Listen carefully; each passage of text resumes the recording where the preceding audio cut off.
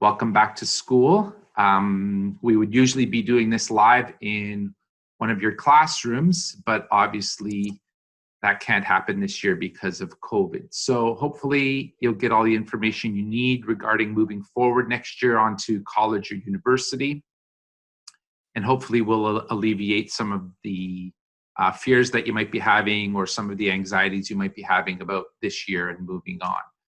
So when I emailed all of you regarding this meeting, I also sent you an attachment with kind of notes about things we're going to talk about. So everything that we're going to talk about, most of the stuff is in those notes. So I'm going to go through that. I'm going to share my screen with you guys.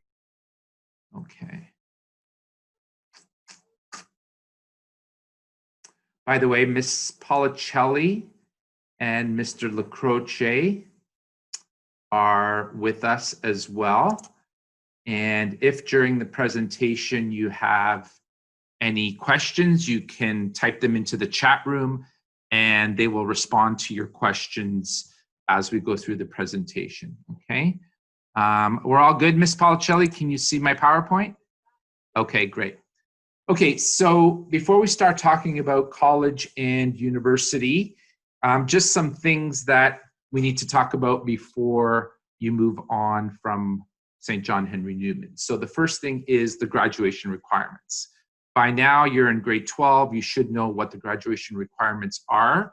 You need 30 credits, you need 40 hours of community service, and you need to pass the literacy test, okay? So the 30 credits, you've been working on that. You have to make sure you have the 18 compulsories. Your guidance counselors have been checking that as well, so that should be in order. The community service, if you haven't completed that yet, that is due by the end of April of this school year. Okay, so we need to get that into the system. Now, completing them means you have to have had submitted them as well. So if we don't have your hours, if you haven't submitted all the forms to get up to 40 hours, then you're not technically done yet until we have those hours, okay? So if you've completed them and we still don't have the actual forms, please get them in. Okay, the third requirement is the literacy test. So you guys wrote that test back in grade 10. Hopefully you were successful. If you were not successful, you did not get the opportunity to rewrite it last year, unfortunately, because we closed down before the test happened.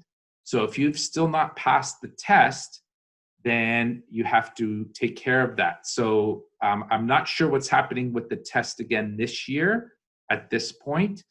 The safest thing to do is if you haven't passed the literacy test is to take the course that will count as that requirement. Okay, the course code is OLC 401, and that is being offered through night school this semester. Okay, night school starts in mid-October, and you can take that. Now, some of you may know that last year, because of COVID, the Ministry of Education waived the literacy requirement, and they also waived the community service hour requirement to graduate.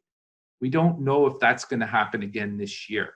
At this point, we just have to assume that you're going to require those components of the graduation diploma. Okay, so for now, you have to assume you need your 40 hours and you need your literacy test. Okay, so if you don't have the literacy test, I strongly recommend that you do the OLC 401 course so that you have that requirement. It will probably also be offered second semester at night school. So if you want to wait, then you can do that as well. Okay, after graduation requirements. So hopefully you've started planning what it is you want to do next year, and hopefully you've started researching as well. If you haven't, it's really time to get started, okay? You really need to look at what you want to get into to make sure that you have all the prerequisite requirements that you're going to need, okay? I'm going to show you a couple of websites at the end of this presentation where you can do some research and find out what prerequisites are required for certain programs. The other thing we always recommend as guidance counselors is to look into things that you like and that you're good at. Okay, you don't want to go to university or college and study something that you really don't enjoy or that you're not good at. Okay, you're not going to be successful if you're not liking what you're doing and if you're not good at it. Okay, you are going to be, you or your parents are going to be spending a lot of money if you're going on to college or university. So make sure you're choosing something that fits you. Okay, and the other thing we always say is have a backup plan. Okay, your plan A is what you really want, the school you want to go to, the program that you want. What if that doesn't work out? What if you don't get in? What's plan B? Are you going to apply to a similar program somewhere else? Are you going to apply to a different program in the same school? Okay, and also a plan C. You always want to apply for something that you know you're going to get into. Okay, something that you know you have the marks for, and that should be a sure thing. Okay? Of you who are thinking about going to university next year. Okay, you should know this already, but you have to be taking at least 6 courses this year at the university or mixed level. Okay, so the universities are going to calculate your entrance average based on your best 6 marks at the U or M level. Okay, if you're taking O level courses, those don't count. Okay, so in the attachment I sent you, I asked you to check your religion course. Is your religion course at the mixed level or the open level? If you're applying to university, you want to make sure you're taking mixed religion so that it can count as one of your top 6. Okay, so double check that. So you want to know what those prerequisites are for those programs. So the best website, which I'll show you at the end of this, is ontariouniversitiesinfo.ca. Okay, so you want to go to that website and check what the prerequisites are, and also check what the cutoff marks were in previous years. You can get that information from this website. Okay, as well as that, on this website, there is a thing you can sign up for called Get Information from Universities. So I would recommend, and I'll show you that as well, that you start getting emails from the universities you're interested in. Okay, because this year, you don't have the luxury of being able to go to the fairs, okay, like in past years. So the fair that we typically have in our cafeteria in October is obviously canceled this year. The big university fair that happens usually right at the end of the month, at the end of September downtown, that's canceled this year as well. So information is still out there, but you're going to have to be a little more creative about how you get that information, okay? So the websites are very good. The schools are offering virtual tours and webinars. We have some view books. View books are books that you can get that have information in them. We have some from the universities. They're located in our school just outside the student services entrance, okay? There's a little bookshelf just to the right of the entrance to student services where Ms. Foos is. So some of the schools have sent us books if you want to look at the view books, okay? So when are you going to apply for university? You're going to apply sometime between mid-November and January 15th, okay? In order to apply to university, you have to do it on the site called UAC. Okay, UAC stands for the Ontario University Application Center. In order to do an application, you're going to require a PIN number, okay? So this is a specialized kind of like password that is given to you so that you can log in and set up an account and then apply. Usually, these PIN numbers are sent to the school by UAC, and then we distribute them to you after an assembly where we talk about how to apply. So that's not going to be happening this year. Instead, the UAC is going to mail these directly to your home address, okay? So you should be looking for these around the end of October, beginning of November. Watch for this letter that's going to come. This is only for university applications.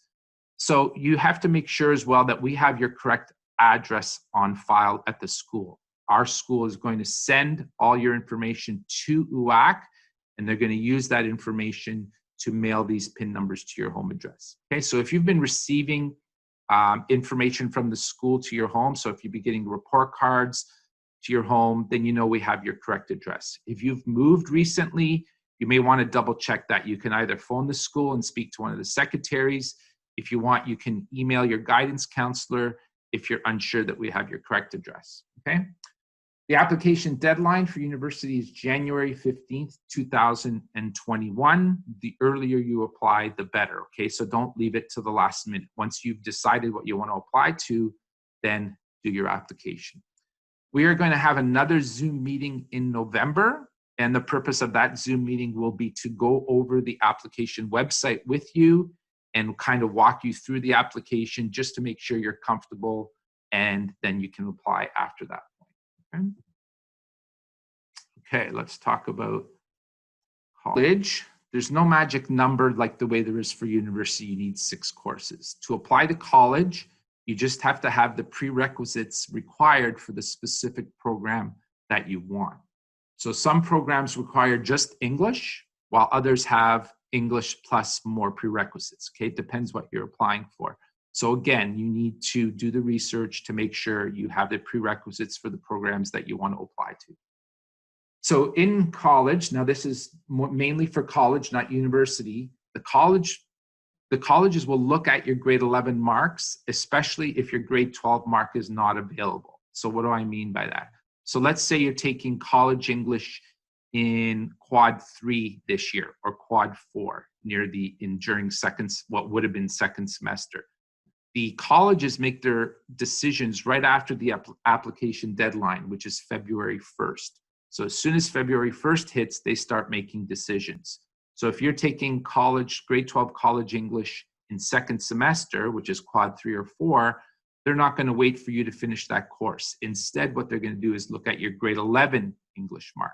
Okay, so you need to be aware of that. Some programs in college are highly competitive. So if they're competitive, you're going to need high marks to get into them. When I show you the college website, I'll show you where to get that information about whether or not a program is competitive.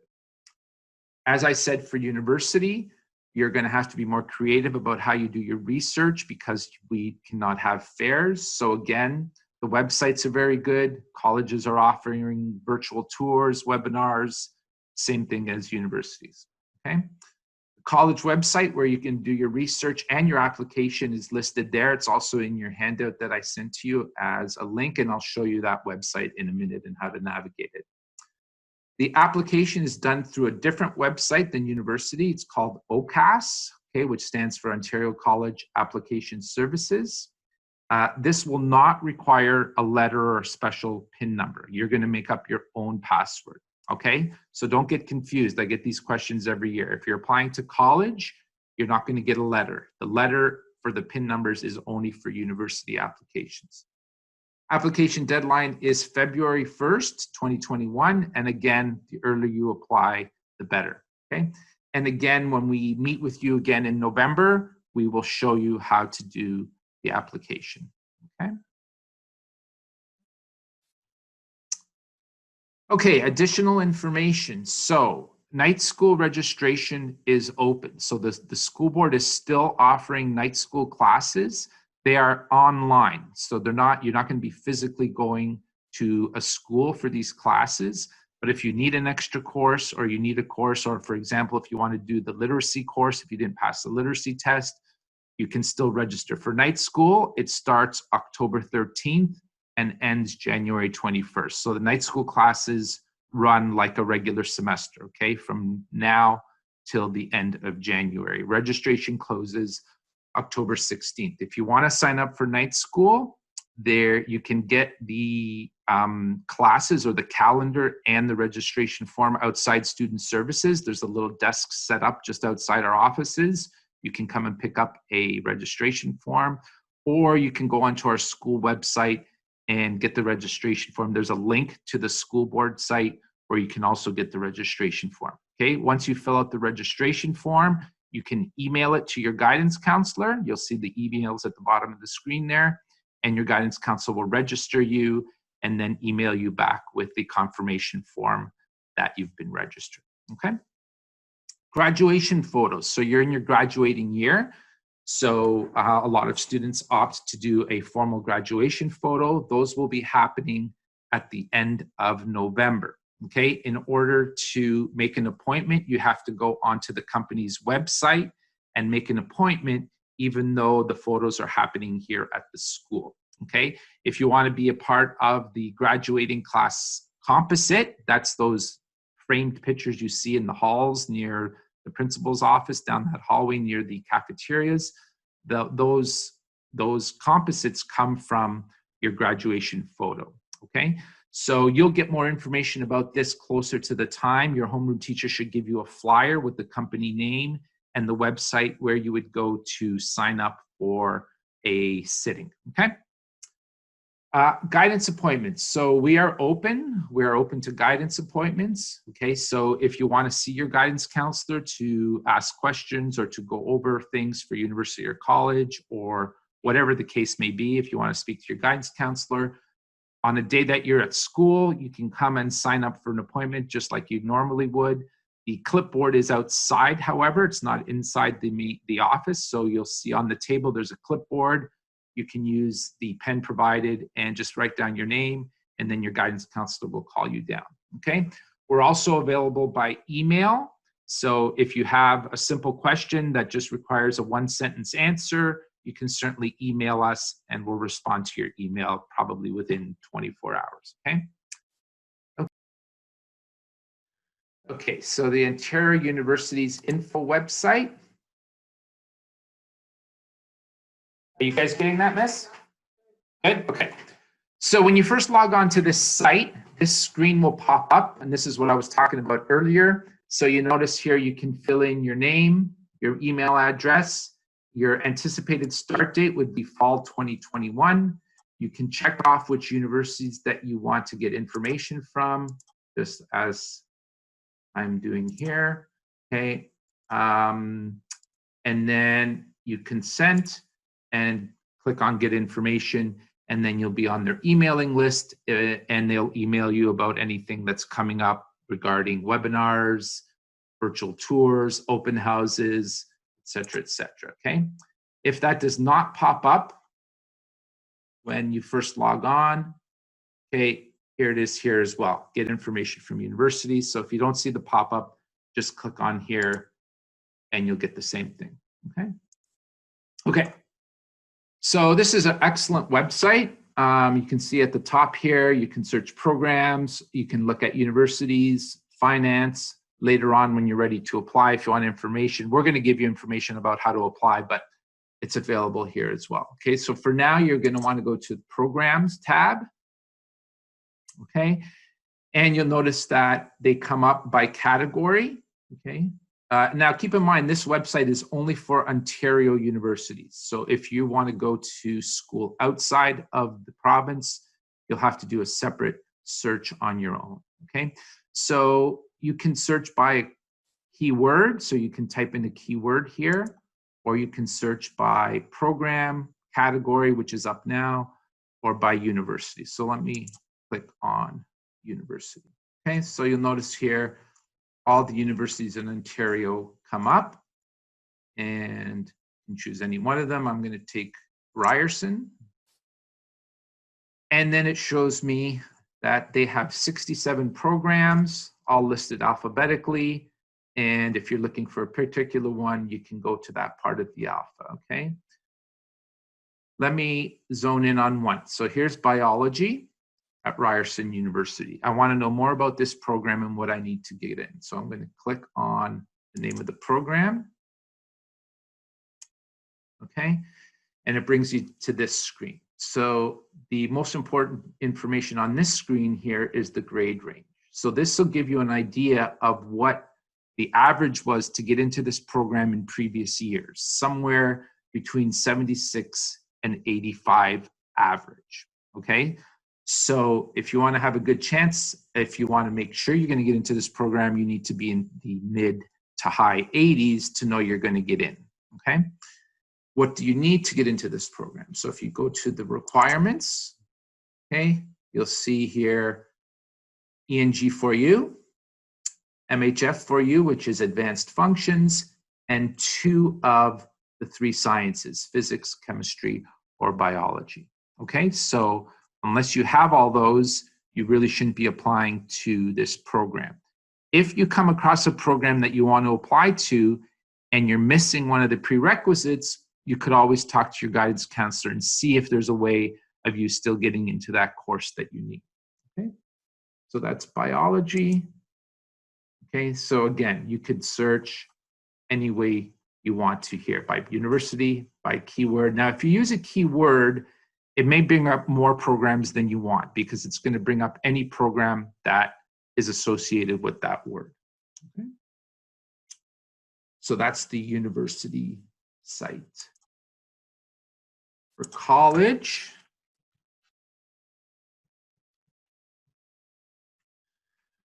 okay, you're going to go to ontariocolleges.ca. Okay.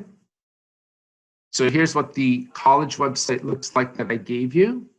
For college, this is actually going to be the same website that you also do your application on.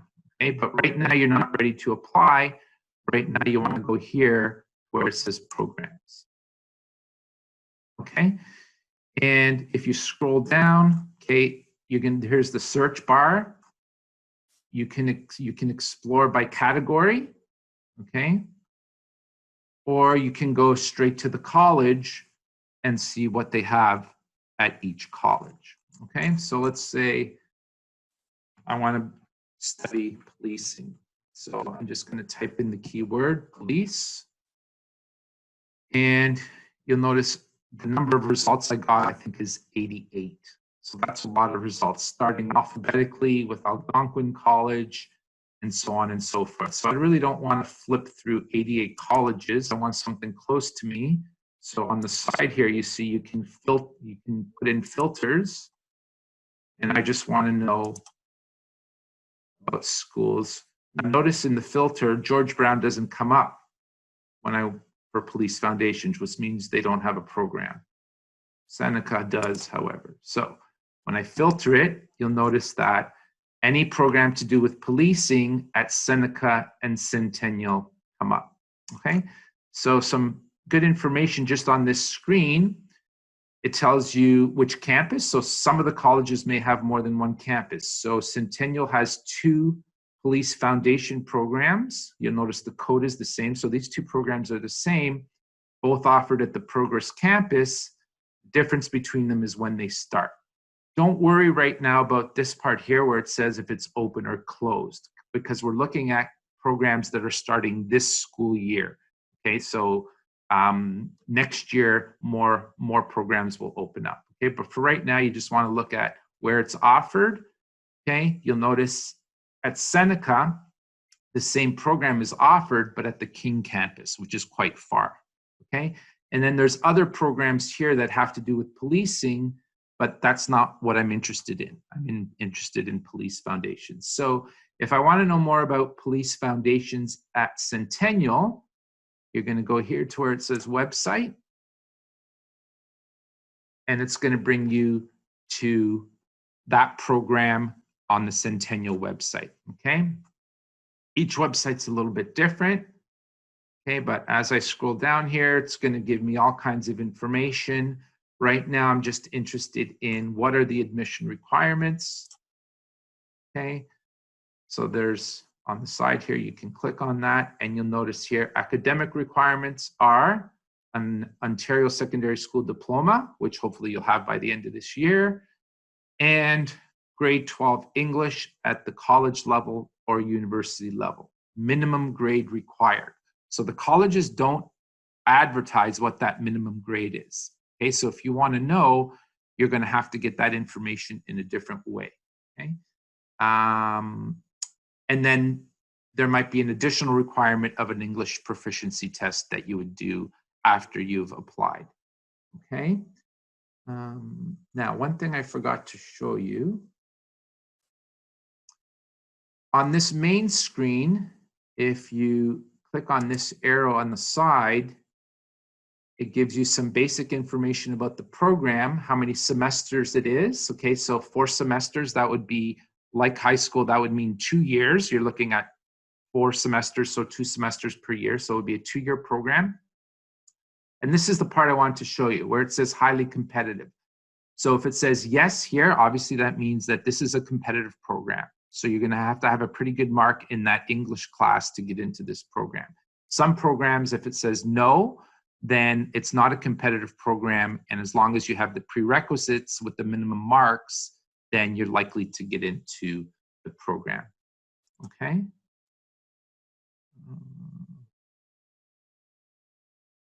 Okay, so that's the college website.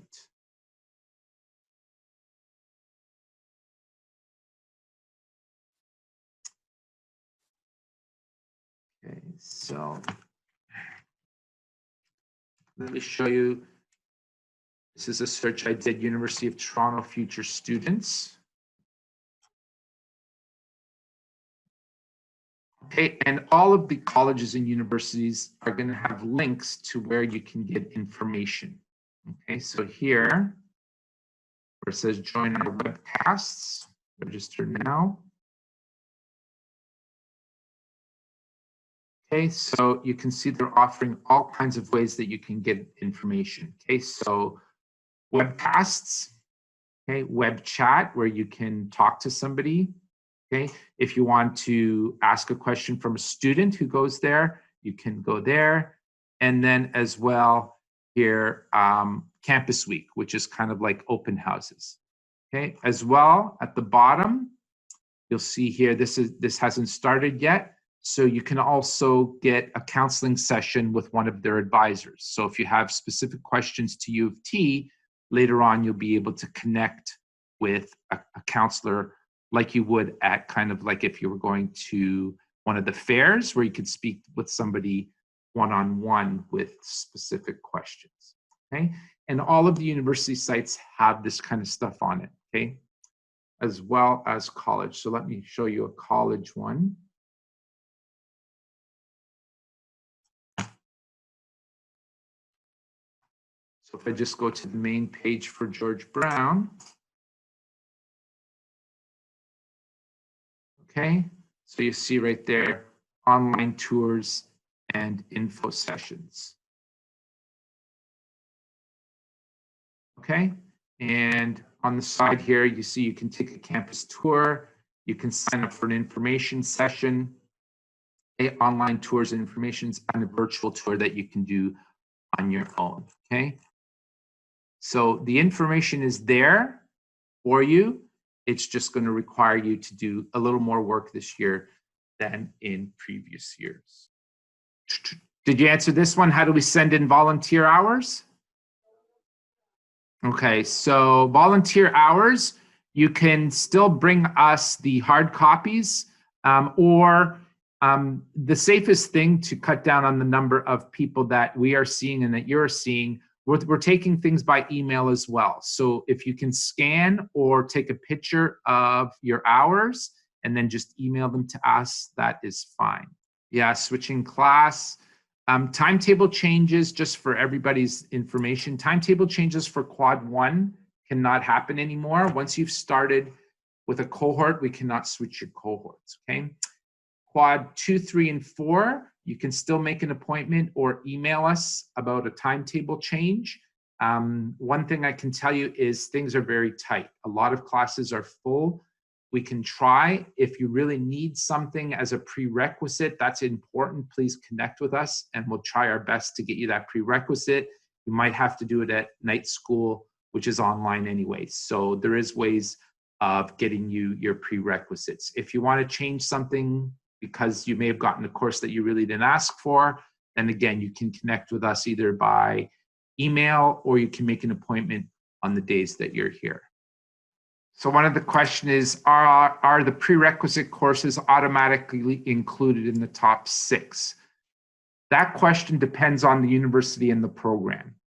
Some universities include your prerequisites, and some universities will only count the top 6, not including the prerequisite if that was one of the lower marks. So generally we tell students, assume your prerequisite will be included in your average. Okay, if you want to find out for sure, you would have to connect directly with an advisor from the university to find out if they include prerequisites in the admission average. In terms of your average for university, I had this question after the meeting yesterday. Universities are going to look at your midterm marks from second semester as well as your final marks from first semester. Okay, so they'll see your second semester midterm marks.